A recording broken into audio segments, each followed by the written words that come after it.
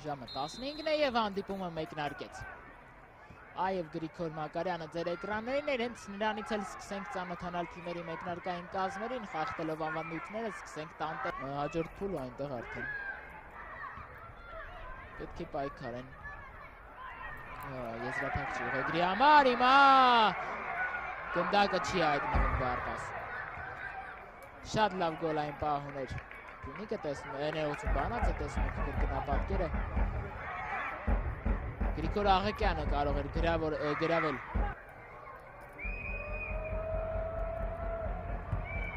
Ֆանցում, արված գոլ!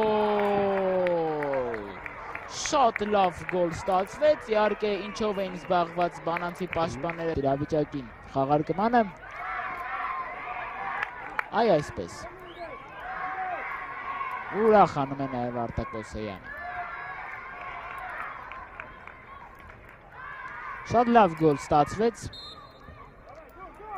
և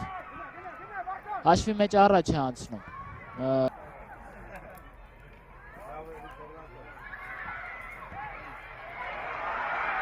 Գրում է Բանանցը, արված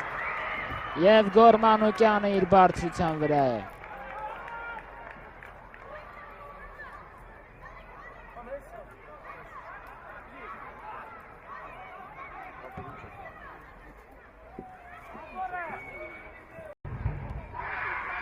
Առաջին կեսը մոտենում է ավարտին, պետք է ասել, որ խաղի տեմպը շատ ցածր էր և չհաշվեց այդ մեկ գրոհը ուրիշ ոչ մի հետաքրքիր բան չենք տեսել։ Վարդգես Սաթոմյան, երկրորդ խաղակեսում իհարկե Բանանցը փոփոխություններ կկատարի, Ացամաս Բուրաևը հեռվից հարված, չեզոքացնել այս հաշվի անհավասար վիճակը, արված Գորմանուկյան։ Բայց հասավ Գորմանուկյանը գնդակը, չտեսանք։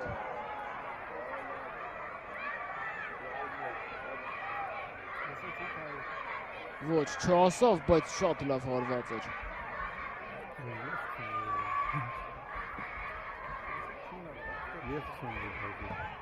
Չասավ, այնուամենայնիվ չասավ։ Խլում են գնդակը Փյունիկի խաղացողները, վտանգավոր է, պետք է հարվածել և Գրիգոր Մակարյան։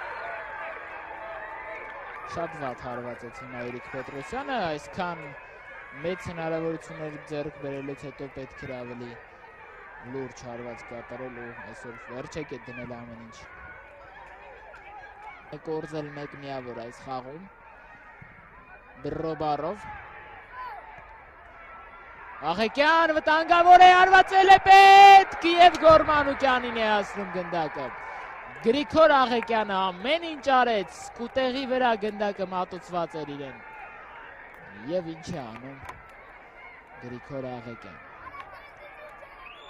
Շատ թույլ է հարվածում, կարելի էր ձախով ուղղակի չի հարվածում Էրիկ Պետրոսյանը, ժամանակ է պահում, վերջ։